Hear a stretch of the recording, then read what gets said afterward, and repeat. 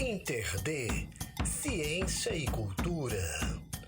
Apresentação e pautas, AD Luna. Vinhetas, edição e trabalhos técnicos, Pedro Santos e Estúdio Bacamarte. Site www.interd.net.br. Olá, gente! Ajude a manter o InterD Ciência e Conhecimento. Envie qualquer valor para o Pix. interdcontato@gmail.com. Obrigada!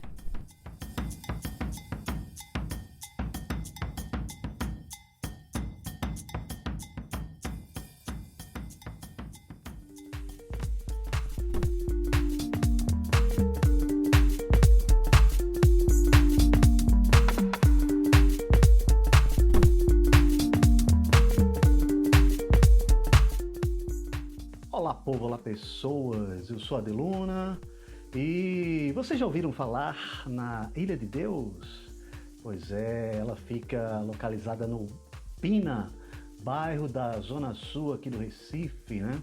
E a Ilha de Deus é uma comunidade de pescadores que habitam o lugar há cerca de 60 anos. O pessoal lá vive basicamente da pesca de camarão e sururu, né? O sururu que é um molusco usado como base para diversos pratos típicos aqui do Nordeste.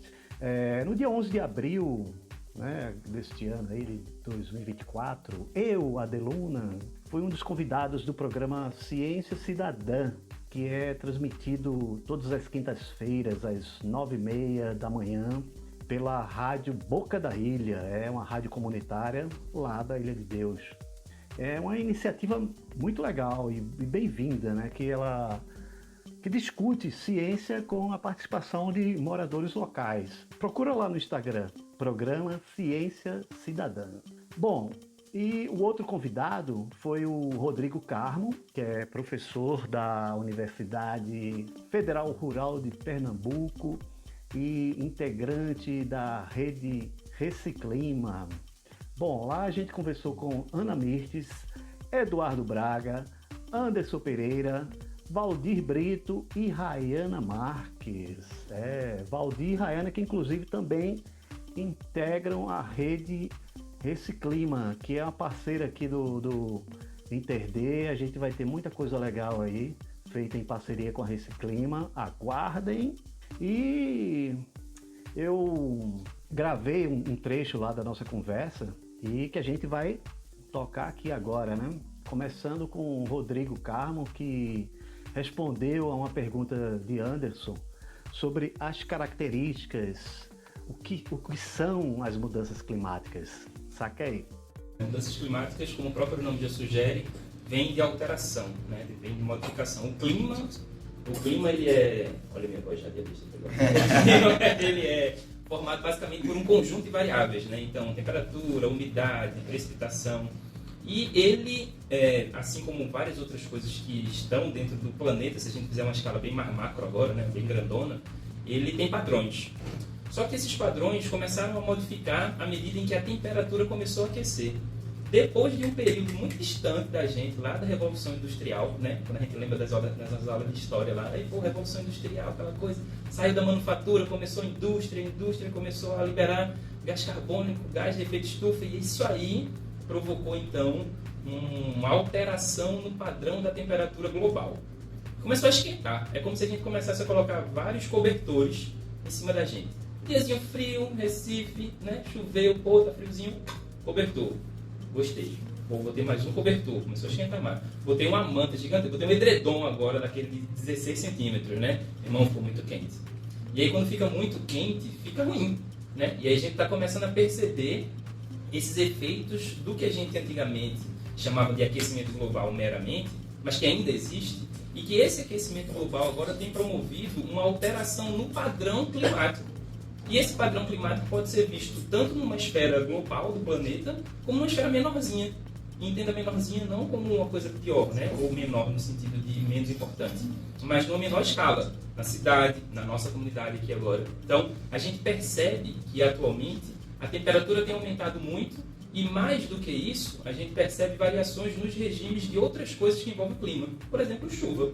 Não é muito comum a gente ver chuvas torrenciais em Recife depois de julho, ou antes de julho, muito tempo antes. Agora, por exemplo, não seria muito comum a gente esperar aquela chuva da quinta-feira ou da terça-feira da semana passada, né? Isso se dá muito por conta dessa alteração no padrão da temperatura, da umidade, da precipitação que foi provocada ao longo do tempo, uma coisa acumulativa, né? A gente vai depositando cobertores ao longo do tempo. Então, essa temperatura aumentou e isso traz para a gente essas alterações nos padrões de regimes pluviométricos, né? Do regime de chuva, da temperatura. E agora a gente está começando a perceber um pouco melhor. Então, falar um pouco da trajetória das mudanças climáticas é tentar entender como é que esses padrões de temperatura, umidade e precipitação foram alterados por alguma coisa.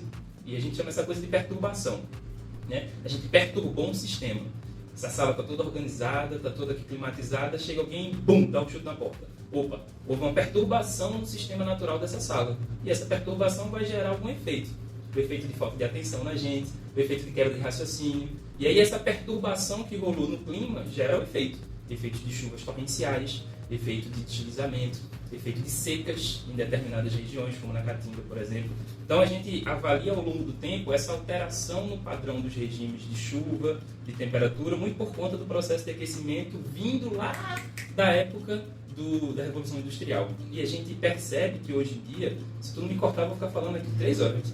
A gente percebe hoje em dia que as ações humanas são grande, ou é a grande responsável por isso, mas a gente precisa ter muita atenção quando a gente diz que distúrbios humanos são os principais efeitos da alteração climática, porque se a gente está colocando no mesmo balaio Elon Musk, eu, Mitz e tu, eu não quero estar no mesmo balaio de Elon Musk, porque nem estamos, né? A nossa ação como ser humano, né, ser do verbo, é completamente diferente da ação de expropriação advinda do colonizador Elon Musk, né? Então a gente precisa entender que tem esse recorte, enfim, social dentro das ações que são relacionadas aos processos de mudanças climáticas. Muito legal. Esse tema mudanças climáticas, ele é um tema que nós, cientistas da academia, a gente já debate há algum tempo. Antes do tema ser tão popular, a gente chamava de aquecimento global e, entre outras coisas, acidificação dos oceanos. E aí, nós, pessoas negras, periféricas, de baixa renda, a gente já sente os efeitos das mudanças climáticas há um tempo, né? Os meus pais, eles são agricultores de Sertânia, então eles são pessoas acostumadas a sentir os efeitos das mudanças climáticas da Caatinga, que já são clássicas, né, eventos de secas extremas. Porém, essa temática, ela chegou para o grande público muito mais recentemente. A mídia global está começando a falar disso, talvez, acho que nem 15 anos para cá, muito pouco tempo ainda. Então, eu queria perguntar para o AD, como é que seria a melhor estratégia para a gente levar essa temática das pessoas que sentem na pele que são mudanças climáticas, as pesquisas que a academia produz para o grande público, como o Reciclima tem feito nas redes sociais e no site da gente. Legal, muito boa pergunta. Você falou do nosso site, o nosso site é reciclima.com.br. E dentre as ações como essas aqui, esta que a gente está vivendo, né? Que a gente tem que dialogar mais com todos os grupos, com rádios como essa, com rádios comunitárias, né? Por exemplo, e pôr mais as pessoas de comunidades como essa para falar. Inclusive, a gente tem aqui a ideia de acrescentar, né? Porque a gente vai ter na Reciclima, a gente vai ter um espaço lá na Rádio Universitária, que é dentro desse programa que eu faço lá, que eu já falei com o pessoal da Rádio Universitária, eles já liberaram, né? Aí dentro do programa que eu faço vai ter um espaço para Reciclima. E até como eu estava falando, eu e o Rodrigo estava conversando, tá surgindo várias ideias aqui, né? E uma ideia que surgiu é de trazer trechos, por exemplo, do que vocês fazem aqui para a rádio, né? Para a rádio universitária. E Outra coisa, esse programa lá da universitária, que vai ter o espaço desse clima, ele também vai para todas as plataformas digitais. Isso aí é uma outra estratégia legal, até para vocês aqui também, de gravarem, como o programa fica gravado, vocês transformam isso num tipo um podcast, né? Você põe no Spotify e tudo. Assim, tem plataformas que você coloca em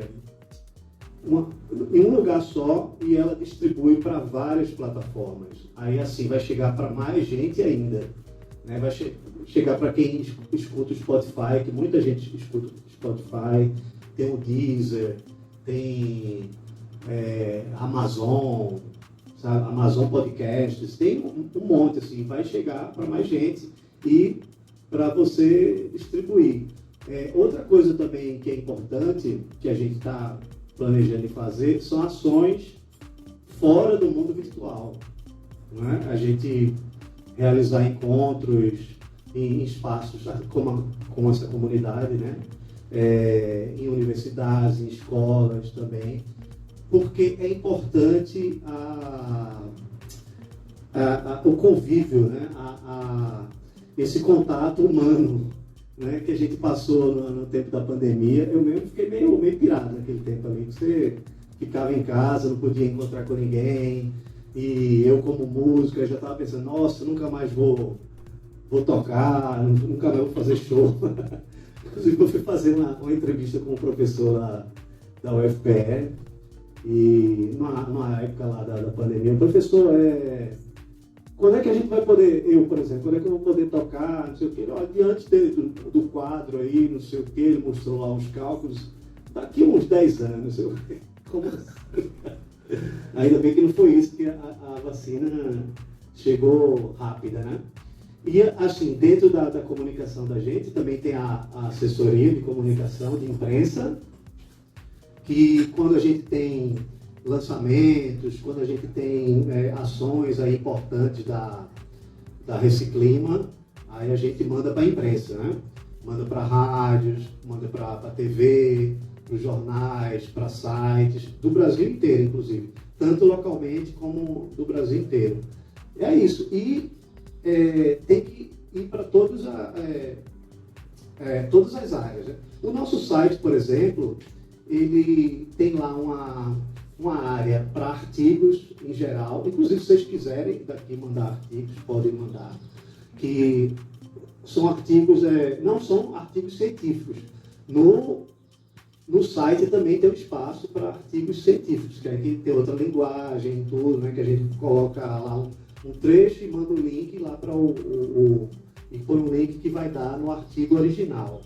A gente tem uma área que a gente denominou de R cultural, que é o Reciclima Cultural, que a gente põe lá ações, produtos de cultura que tenham a ver com mudanças climáticas, que tratem desse assunto do clima. Então pode ser uma série, pode ser um filme, pode ser quadrinhos, sabe, música, livros, tem um monte de coisa para se falar, entendeu? Um monte de coisa. Agora, lá no site, por exemplo, a gente está falando sobre um filme Jornada nas Estrelas, vejam só, Jornada nas Estrelas, que é a série, né, que em inglês é Star Trek, que aí tem um episódio lá, foi um filme que eu achei, inclusive, muito legal quando eu assisti na época, que é o seguinte, o pessoal os personagens lá da Star Trek, eles estão voltando do futuro,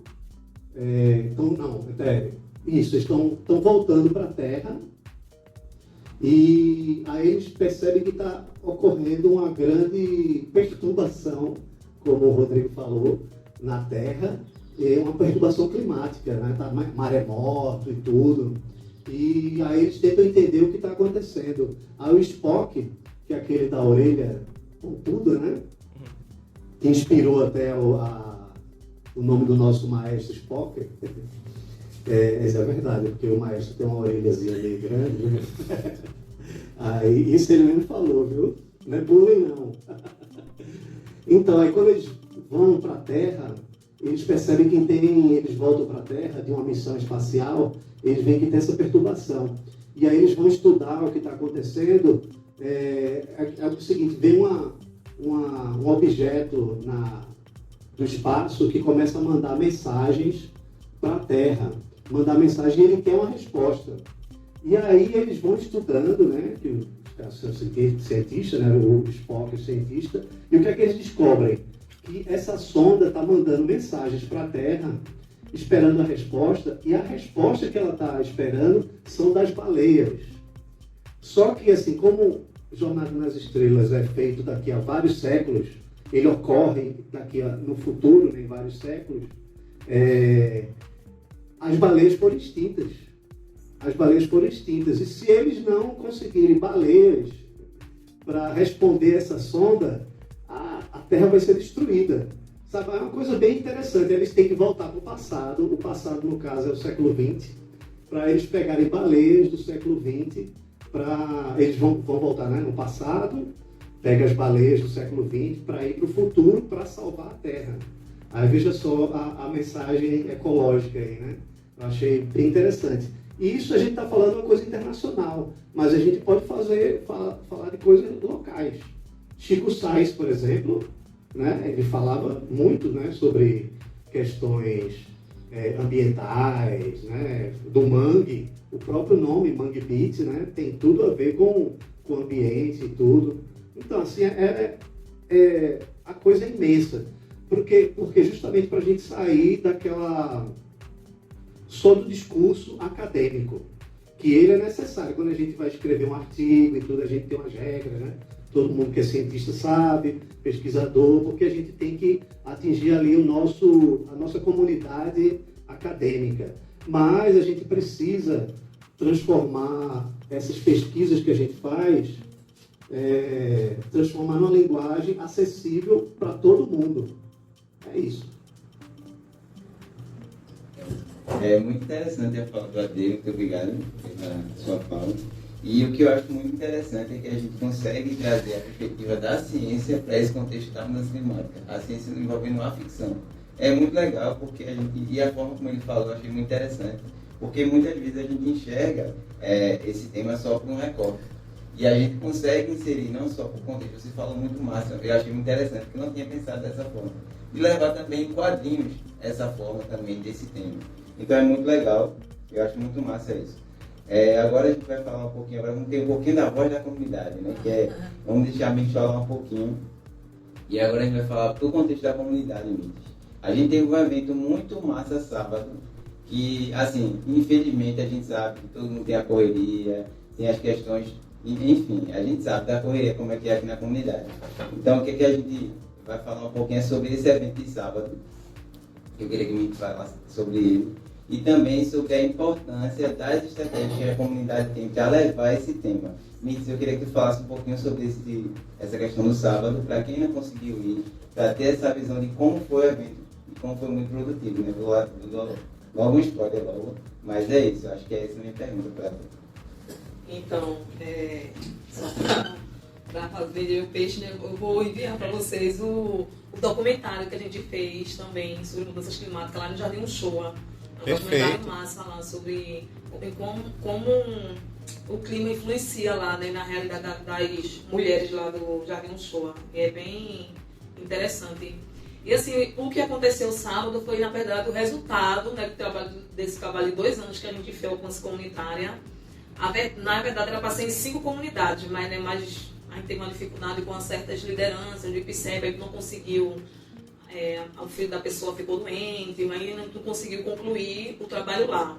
E também, a gente queria também lugares de morro, né, e ficou nessa peleja de conseguir um contato lá do Jordão, mas acabou que deu errado. Mas a gente ficou só em Ilha de Deus, em Jardim Uchoa e na Vila Tamandaré. E assim, como eu tinha falado antes, né, como era um tema muito assim, que a gente não dominava, a gente não conhecia, né, foi muito difícil, mas foi um desafio, né, até para a gente chegar nos territórios e dizer, a gente está com um projeto de mudança climática, e a gente nem sabia como explicar direito o que era mudanças climáticas, né. Então, assim, foi um crescimento para a gente em relação a esse tema, sabe? E assim, vocês viram o resultado, né? A gente fez perfil das comunidades, através desse perfil, assim, de como surgiu a comunidade, aí tinha lá alguns anos relacionado, como se iniciou o primeiro momento, quando falou sobre mudanças climáticas, aí de acordo com essa década, o que essa comunidade já existia, o que aconteceu, quem nasceu nessa época.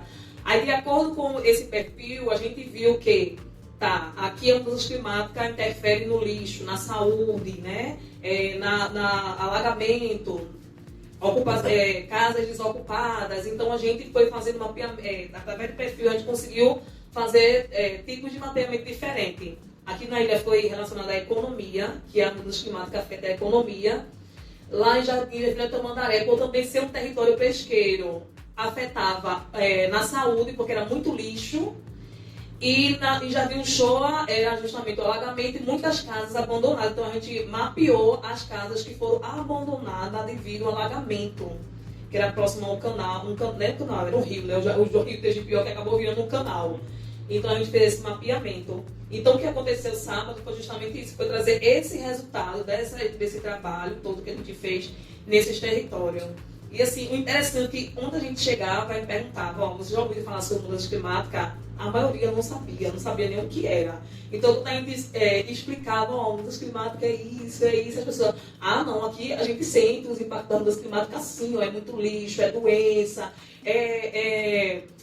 muitas casas sendo desocupadas, as pessoas não querem mais morar aqui porque alaga. Aqui na comunidade, assim, acho que, assim, os dois territórios que mais chocou a gente foi lá em Jardim Uchoa, porque assim, você escutar um relato, quando vocês viram o documentário, aqui o pessoal viu, foi no sábado, mas quando vocês vê, a gente teve um choque assim, porque mesmo antes da urbanização, a ilha nunca sofreu alagamento, né? Quando era palafita, a gente sofria com a influência da maré.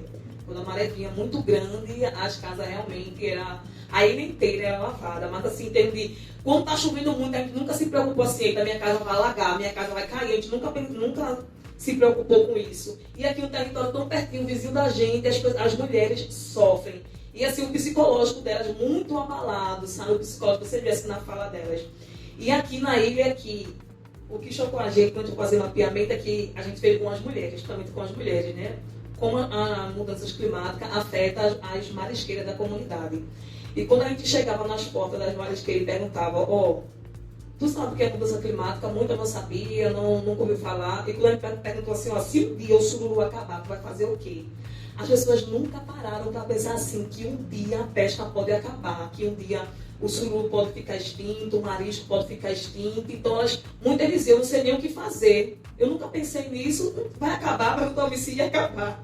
Aí eu não ia traumatizar a pessoa, né? Mas que há uma possibilidade devido à poluição se intensificando muito nos rios, né? A gente já está agora num momento muito difícil aqui dentro eu falo da ilha porque eu moro na ilha, mas outros territórios vizinhos que a gente, como pescador, a gente troca essas conversa muito. Então, assim, tanto eu acho que no bode, já Brasília Teimosa, as pessoas também sentem muito, né, essa ausência do pescado. Então, foi algo, assim, muito preocupante, né? E está sendo preocupante. Depois desse trabalho, a gente fica pensando, e aí, vai fazer o quê? Ou a gente... Porque vocês viram, foi assim... a quantidade de moradores participando foi muito pouca, né? A gente chamou, a gente divulgou, a gente colocou uma bicicleta para sair divulgando sobre o evento, lançou um link para as pessoas se inscreverem para poder participar. Mas é muito pouco, eu acho que isso enfraquece, sabe? Assim, a discussão dentro do território, porque eu não sei se é por falta de conhecimento ou do fato de não entender que a gente vai passar por um colapso muito grande aqui dentro do território, entendeu? Se relacionado a isso. Mas o Caranguejo Saber Viver discute também muito sobre essa temática dentro do território. Então, assim, foi muito pouca pessoa daqui da comunidade participar desse encontro, entendeu?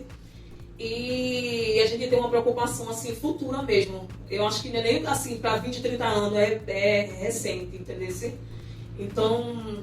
A discussão sobre mudança climática no território ainda é muito lenta, sabe? Um pouco desgastante para a gente tentar juntar as pessoas para que essa discussão não fique só dentro da comunidade, que vá para além, que chegue no ouvido dos nossos governantes, que as comunidades, os territórios pesqueiros, né, estão passando por uma dificuldade que a qualquer momento vai precisar de um auxílio, de uma ajuda, de uma atenção do governo relacionado à economia, ao sustento, à sobrevivência dessas pessoas mesmo.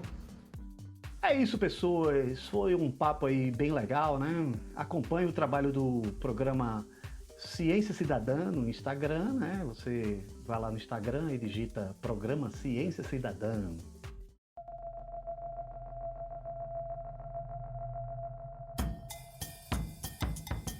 InterD, Ciência e Cultura. Apresentação e pautas, Adeluna. Vinhetas, edição e trabalhos técnicos, Pedro Santos e Estúdio Bacamarte. Site www.interd.net.br. Olá, gente! Ajude a manter o InterD Ciência e Conhecimento. Envie qualquer valor para o Pix. interdcontato@gmail.com. Obrigada!